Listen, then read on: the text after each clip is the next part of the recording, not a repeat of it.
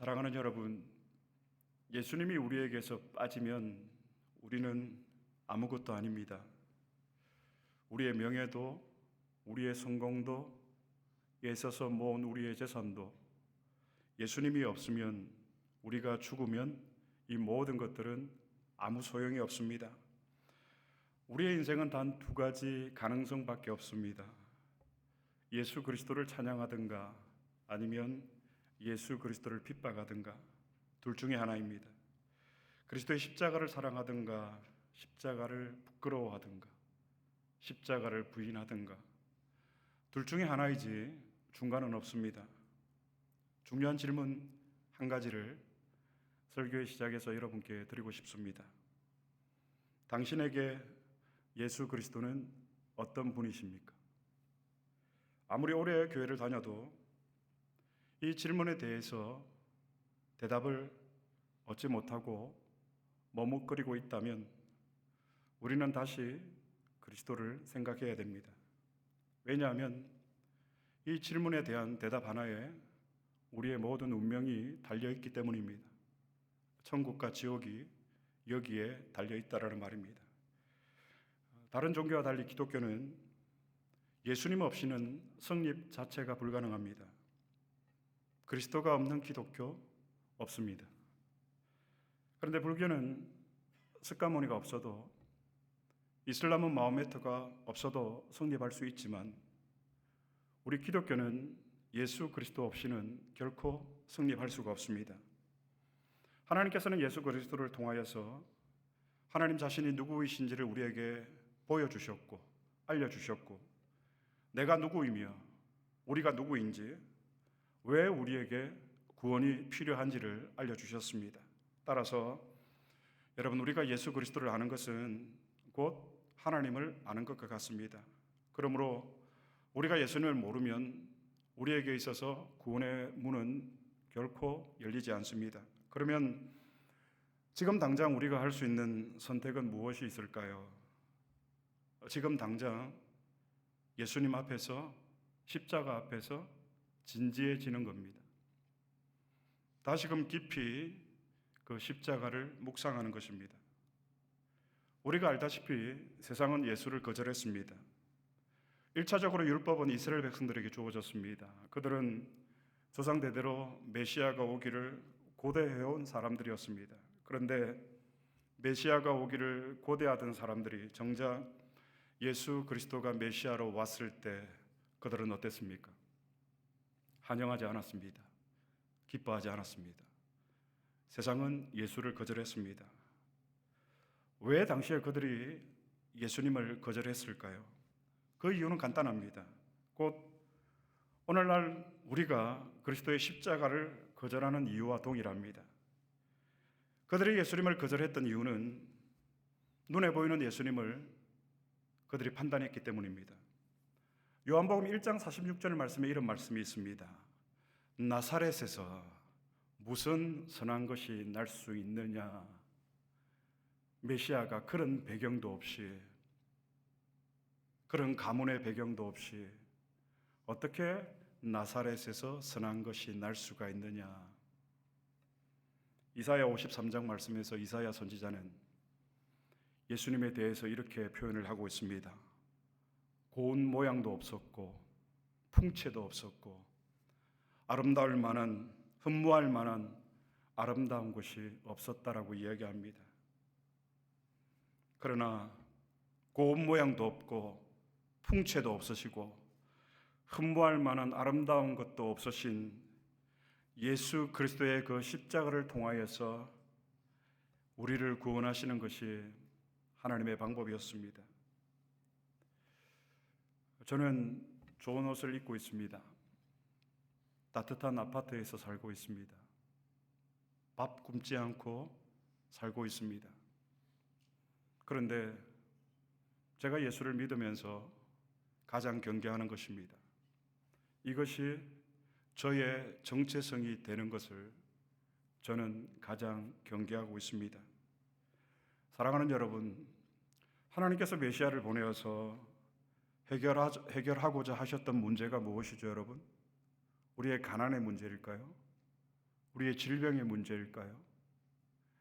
예수님께서 메시아를 통해서 해결하고자 했던 문제는 저와 여러분 우리의 죄의 문제입니다. 이 일을 위하여서 예수님은 하늘 영광을 버리시고 고 모양도 없이 풍채도 없으신 흠모할 만한 아름다운 모양도 없으신 그 예수님이 초라하게 이 땅에 오셨습니다. 여러분은 지금 예수님을 어떤 분으로 기대하고 있습니까? 예수님이 여러분에게, 당신들에게 어떤 분이십니까? 오늘 말씀을 통해서 세상이 보는 그 똑같은 눈이 아닌 세상이 보지 못하는 연약한 예수 그리스도 안에 감춰져 있는 하나님의 구원을 보게 되기를 바랍니다. 하나님은 우리 안에 거하시기를 원하십니다. 즉 하나님은 우리를 원하십니다. 저와 여러분을 간절히 원하십니다. 이것을 어떻게 알 수 있는가? 그래서 하나님은 이스라엘 백성들에게 성막을 지으라고 명령하셨습니다. 성경을 한번 찾아보겠습니다. 출애굽기 25장 8절입니다. 출애굽기 25장 8절 말씀 다 같이 한 목소리로 봉독하겠습니다. 내가 그들 중에 거할 성소를 그들이 나를 위하여 짓되 성소를 지어라 명령하십니다. 명령으로 시작되지만 그 하나님의 명령 안에는 분명한 하나님의 마음이 담겨 있다고 저는 확신합니다. 성막은 여러분 무엇이죠, 여러분? 한마디로 말하면 하나님께서 이스라엘 백성들과 함께 거하기 위해서, 함께 살기 위해서 지으신 이동식 집이 바로 구약의 성막이에요. 이스라엘 백성들이 이 광야에서 성막을 짓고 또 광야에서 이동을 해야 되잖아요. 광야에서 이동할 때 성막은 어떻게 했을까요? 결론부터 말하면 성막도 함께 해체해서 이동을 했고 하나님이 정하신 질서와 방식으로 이동을 했습니다. 그래서 법궤 같은 경우는 레위인이 수레가 아닌 어깨에 메어서 옮기도록 하나님께서는 성막을 옮기는 그 질서와 방식을 성경에서 아주 구체적으로 설명을 하고 있습니다. 하나님은 가만히 계시지 않고 우리와 함께 하시는 분이십니다.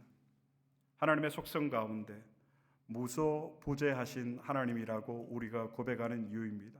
무소부재, 하나님이 부재, 계시지 않는 곳이 무소, 아무것도 없다라는 말입니다.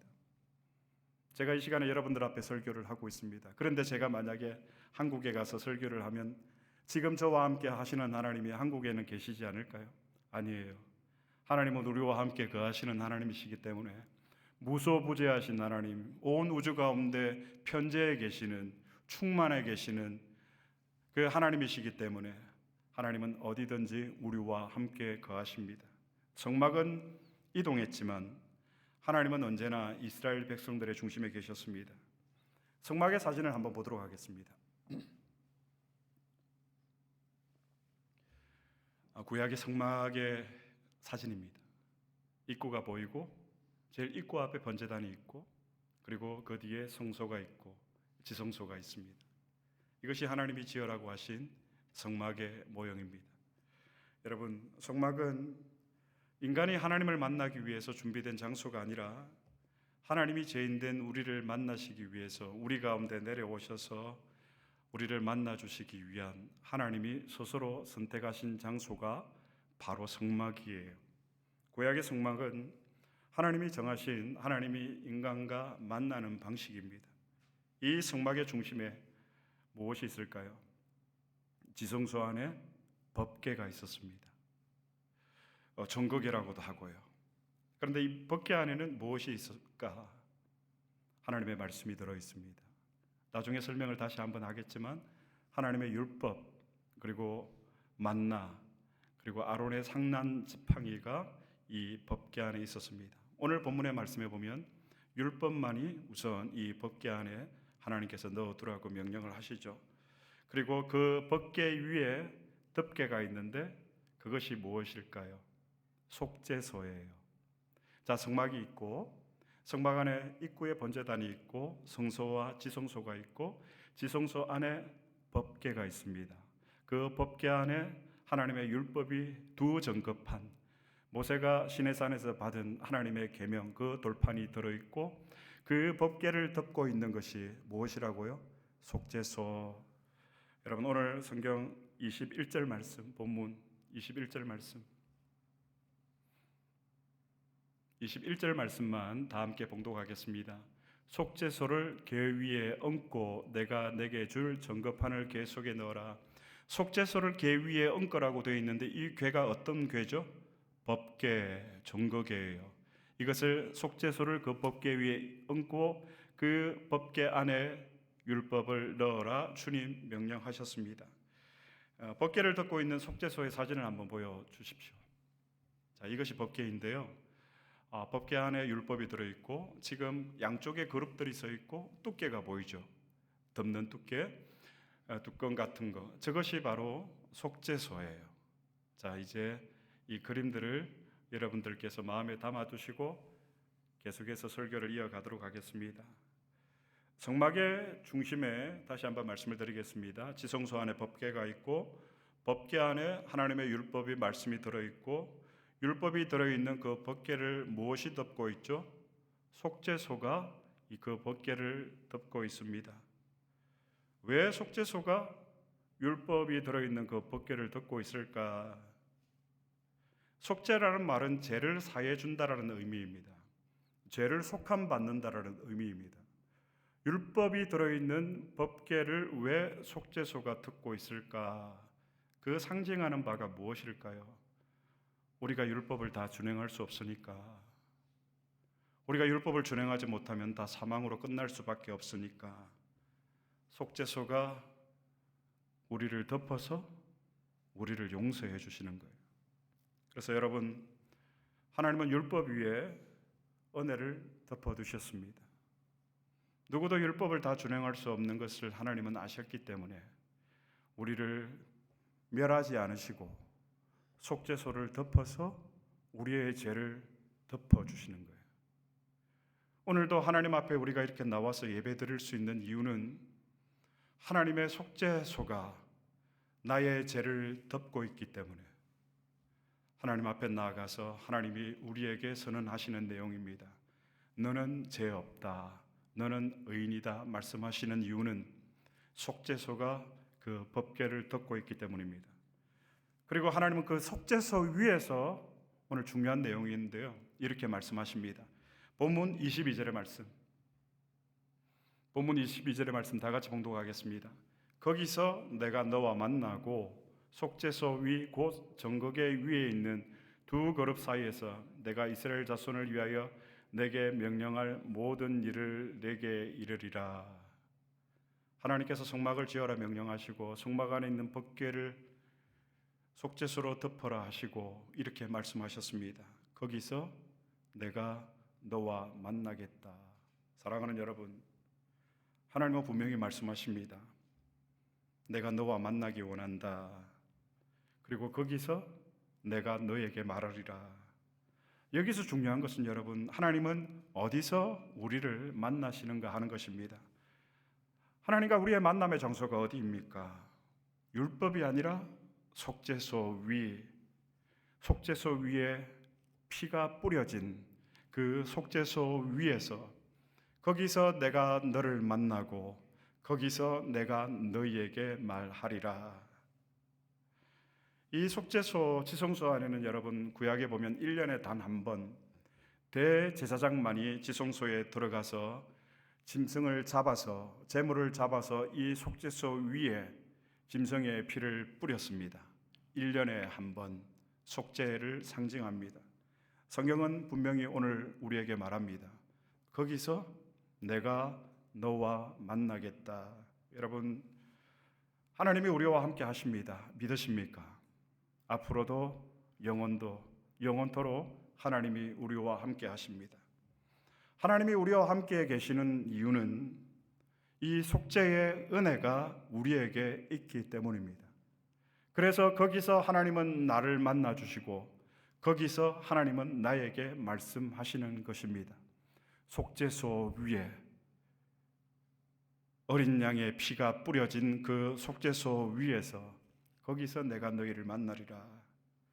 우리의 죄가 덮인 자리에 말씀대로 살지 못하고, 아니 불순종하는 것이 너무나도 자연스러운 우리의 모습들이지만 그럼에도 우리의 죄가 덮인 자리, 그 속죄의 자리가 바로 하나님이 죄인된 저와 여러분 우리를 만나주시고 우리에게 말씀하시는 자리입니다.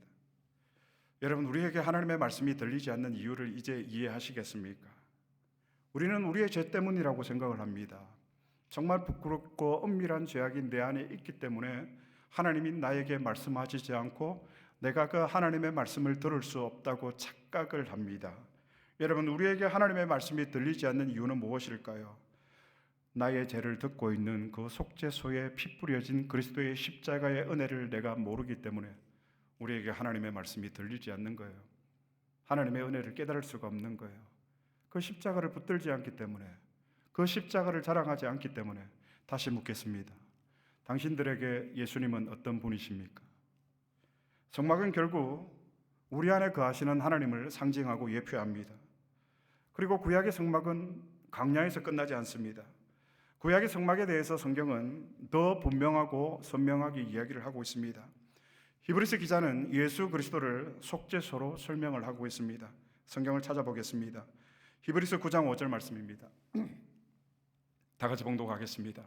그 위에 속죄소를 덮는 영광의 그룹들이 있으니 이것들의 관하에는 이제 낱낱이 말할 수 없느라. 그 위에 어떤 위죠? 법계 위에 속죄소를 덮는 영광의 그룹들이 있으니 양쪽 편에 날개를 하고 있는 그룹들 사이에서 내가 너를 만나고 너에게 말하리라 주님 말씀하셨잖아요. 그런데 신약의 히브리서 기자가 오늘 히브리서 9장에 보면 성막의 구조를 전체를 설명한 뒤에 그 모든 것이 십자가 위에 뿌려진 그리스도의 피를 통해서 성취되었음을 오늘 저와 우리에게 증명을 하고 있다라는 말입니다. 사랑하는 세안디오 가족 여러분, 오늘 본문에 나오는 성막은 하나님이 우리 안에 거하신다는 예표가 되어집니다. 저와 여러분 우리 안에 하나님이 거하신다라는 말입니다. 목사님, 저는 실수도 많고 과거에 넘어짐도 많은데 이런 죄인된 저에게 하나님이 거하실까요? 거하십니다. 왜 그렇죠? 법궤를 덮고 있는 속죄소에 뿌려진 피의 증거가 우리에게 있기 때문에, 예수 그리스도의 희생의 제사가 우리에게 증거가 되기 때문에 하나님이 저와 여러분 오늘 우리 안에 거하신다는 말입니다. 이제 하나님의 성막은 그리스도의 피가 뿌려진 그 정결하게 된 우리의 마음 안에 하나님은 거하십니다. 이것을 우리에게 적용을 하면 어떻게 적용을 할 수 있을까요? 우리는 우리가 완벽해서 우리가 의로워서 하나님이 우리 안에 거하신다라고 착각을 합니다. 그래서 그렇게 살지 못하는 사람들을 향해서 비아냥거리고 손가락질하고 판단하고 정죄합니다.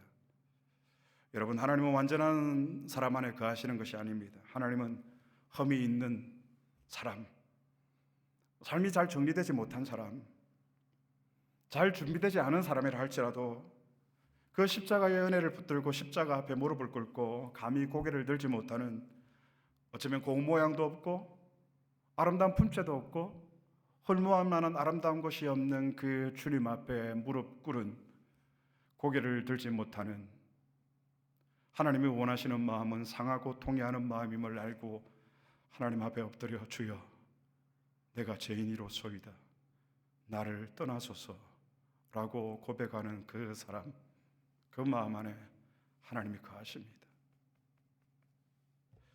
그러나 십자가를 붙드는 여러분, 우리의 마음 안에 이 낮아진 마음이 없다면 우리는 거짓말쟁이에요. 우리는 어쩌면 거짓 믿음을 따라 살고 있는지도 모릅니다. 하나님은 십자가를 붙드는 그 낮은 자의 마음 안에 하나님은 거하기 원하십니다. 하나님은 오늘도 죄인된 저와 여러분 우리 안에 거하십니다. 그리고 하나님은 오늘도 우리에게 말씀하십니다. 나와 만나자. 거기서 내가 너와 만나고 거기서 내가 너에게 말하겠다. 거기서 속죄소 위에서. 여러분, 우리가 십자가를 붙들어야 하는 이유가 바로 여기에 있습니다. 제가 설교 도입 부분에서 왜 예수님에 관한 이야기를 시작을 했는지 여러분 아시겠습니까? 예수 그리스도의 십자가의 피가 뿌려진 그 속죄소 위에서 하나님 우리에게 말씀하십니다. 거기서 내가 너와 만나고 내가 너에게 말하겠다.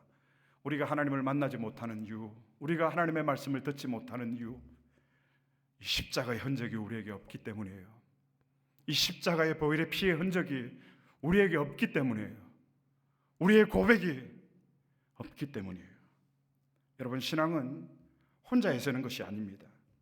우리의 신앙은 하나님과의 만남으로 시작을 합니다. 내가 거기서 너와 만나고 그 만남 가운데서 하나님 우리에게 말씀하십니다.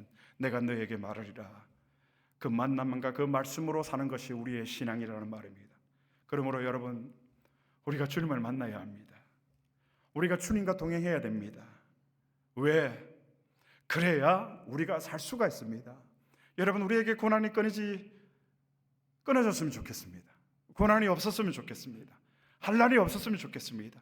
그러나 여러분, 이 고난은 우리가 하나님 앞에 서는 그 시간까지 계속해서 우리를 위협하고 우리를 공격해 올 것입니다. 그러나 이 고난이 우리를 해치지 못하는 것은 하나님의 은혜가 우리 안에 있기 때문에, 내가 하나님과 동행하고 있기 때문에, 하나님이 내 안에 거하시기 때문에, 전능하신 우주의 모든 만물을 창조하시고 지금도 다스리시는 그 무한하심이 전능하신 하나님, 무소부재 계시지 않는 곳이 그 어디에도 없으신 그 하나님의 편재하심이 오늘 저와 여러분 우리를 붙들고 지키고 있다면, 그 하나님이 우리 안에 계시고 내가 그 하나님과 동행한다면 여러분, 우리에게는 두려움이 있을 수가 없습니다. 그 누구도 우리를 해칠 수가 없습니다. 왜?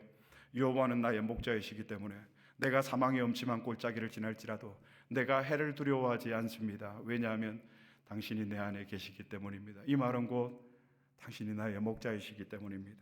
사랑하는 여러분, 말씀을 맺겠습니다. 우리의 신앙은 우리의 노력이 아니에요. 그렇다고 노력하지 말라는 얘기는 아닙니다. 노력하시는 분들 참 귀하고 감사합니다. 그러나 거기에 머물러서는 안 됩니다. 우리의 신앙은 우리가 애쓰는 노력이 아니라 하나님과의 진지한 만남의 역사로 시작이 됩니다. 여러분에게 하나님의 만남의 증거들, 하나님의 만남의 체험들이 있지 않습니까? 이 얘기를 나눠보면, 그러나 그 은혜가, 과거의 은혜가 현재를 살게 할 수는 없습니다. 우리는 매 순간마다 거기서 내가 너와 만나겠다. 주님, 오늘 내가 그 만남의 장소로 가겠습니다. 주님 나오신다 하셨죠. 주님 오셔서 나를 만나주시고 내가 주님의 말씀을 듣겠습니다. 주님 말씀하시는 대로 내가 살겠습니다. 하나님과의 만남으로 시작됩니다. 예수를 더 잘 믿겠다는, 목회를 더 잘하겠다는 그 결심에서 시작되는 것이 아니라, 신앙은 속죄소 위에서 우리를 만나주시는 하나님과의 만남에서 시작되는 것이 바로 우리의 신앙입니다. 그러므로 여러분, 하나님은 여전히 이 속죄소 위에서 말씀하십니다. 거기서 내가 너를 만나고 내가 너에게 말하리라. 율법의 자리가 아니에요. 율법을 많이 알고 성경을 많이 알고 설교하면 뭐합니까? 이 속죄소 위에 삐어진 이 피의 흔적을 가지지 못했다면, 여러분, 속죄의 피가 뿌려진 자리, 오늘 나에게 그 자리는 어디입니까? 바로 십자가 앞입니다. 이것이 바로 여주동행, 같을 여, 주님과 같이 동행하는 삶, 여주동행이라는 말입니다. 주님과 같이 함께하는 삶. 오늘 설교는 여러분 복잡한 내용이 아닙니다. 성막이 나오고 번제단이 나오고 성소가 나오고 지성소가 나오도 잊으셔도 괜찮습니다. 다음 주일에 성막과 관련한 말씀을 한 번 더 드리도록 하겠습니다.